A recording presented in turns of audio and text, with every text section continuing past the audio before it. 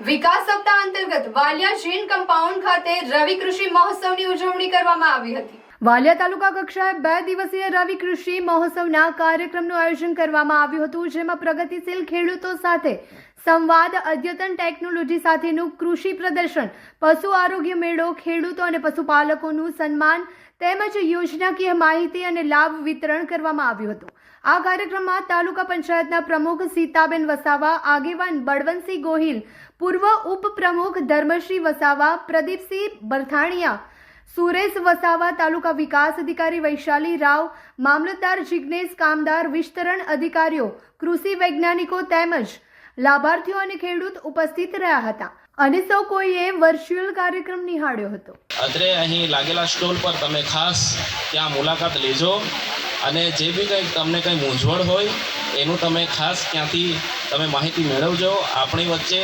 ટ્રેક્ટરના dealer છે, બરાબર, કે આપણે જે લાઇન ડિપાર્ટમેન્ટમાં જે છે એ પણ સ્ટોલ લાગેલા છે, બરાબર, અને આપણે મેડિકલનો પણ સ્ટોલ છે।